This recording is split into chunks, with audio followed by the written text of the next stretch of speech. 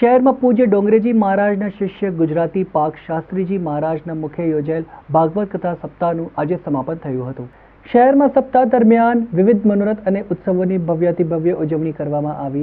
प्रतिदिन हजारों श्रद्धालुओं भागवत कथाનું સરસપાન કરી ધન્યતાની અનુભવી કરી હતી।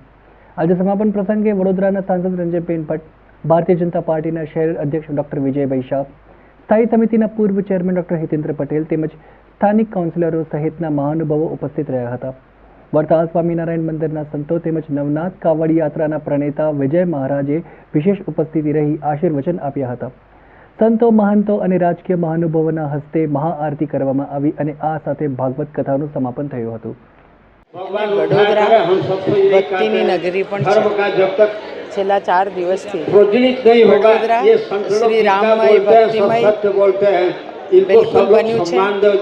આજે શ્રીમદ ભાગવત કથા પૂજ્ય શાસ્ત્રીજી દીપકભાઈ મહારાજના સ્વમુખે વાઘોડિયા રોડ પર આજે પૂર્ણાહુતિ થઈ છે। સૌથી પહેલાં સર્વ ભક્તોને તથા સર્વ વૈષ્ણવોનો ખૂબ ખૂબ આભાર માનીશું તથા પરમ પૂજ્ય દીપક શાસ્ત્રીજી જેમના પ્રત્યેનો પ્રેમ આટલી પબ્લિક આવી અમને આશા બી નથી, પણ આજે 2000 માણસ તથા આજે બધાની પ્રસાદી પણ અમે લોકોએ રાખી છે।